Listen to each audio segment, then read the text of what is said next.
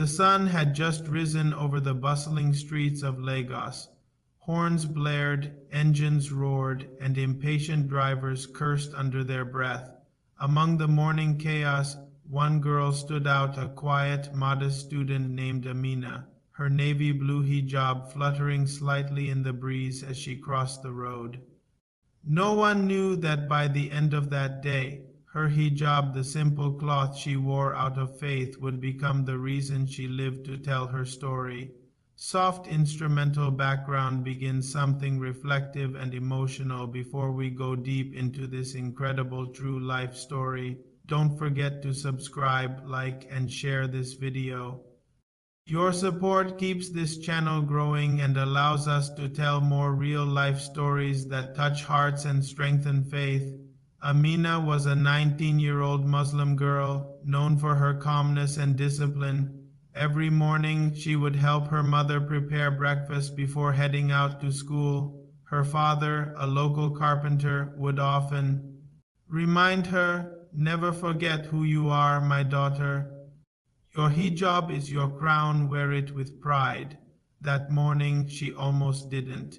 It was hot, the sun was already biting, and she had overslept. For a moment she thought of rushing out without it, but something in her heart whispered, "Wear it." So she did. She adjusted it neatly, looked in the mirror, smiled softly, and hurried out. The door seen to the crossing. The market road she crossed daily was always busy. Commercial buses sped past recklessly, motorbikes zigzagged, and street vendors shouted prices. Amina knew she had to be careful, but that day something strange happened. As she stepped off the curb, she heard a faint voice call her name, a familiar echo. She turned slightly, hesitated. For a second, and just as she did, a speeding delivery truck lost control. The sound of screeching tires tore through the air. People screamed, metal crashed. Amina's school bag flew into the air.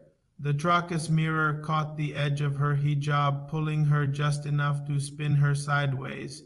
The mirror tore the cloth, but that single tug saved her life.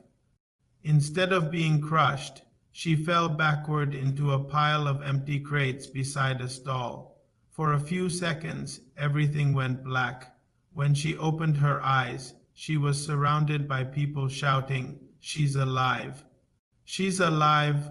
Her hijab was torn, her uniform dusty, but she was breathing unharmed except for a few scratches. The driver came running, trembling. "I didn't see her. I swear I lost my brakes." Amina's mother arrived minutes later, collapsing beside her daughter in tears. Later at home, her father held up the torn hijab, dusty, ripped, but symbolic. "Allah used this to protect you," he said quietly. "Never doubt the power of what he commands." Pause, soft emotional music that night. Amina couldn't sleep. She replayed the accident in her mind. What if she hadn't worn it? What if she hadn't stopped when she heard that faint call? Her mother joined her quietly and said, "The hijab isn't just cloth, Amina. It's obedience, and sometimes obedience becomes protection." From that day, Amina became an inspiration in her school and community. Even her Christian friends began to see the hijab not as a symbol of restriction, but one of dignity and faith. Weeks later, the truck driver, now deeply shaken, visited her home. He had avoided his route since that accident. That day he said, "I thought I had taken someone's life, but when I saw you stand again, I knew God was real. I've stopped drinking. I've started praying again." He knelt down and thanked her parents for forgiving him. Her father smiled and replied, "It wasn't her strength, my friend. It was mercy, mercy from the one above all." Cut to a shot of the torn hijab framed on a wall, symbol of faith, survival, and divine protection. Months later, Amina stood by her window, watching another sunrise. Life had returned to normal, but she knew she'd been changed forever.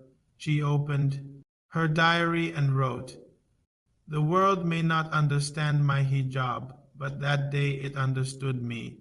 Faith saved me, and I will never take that for granted." Soft fade out, piano background playing Subhanallah tones.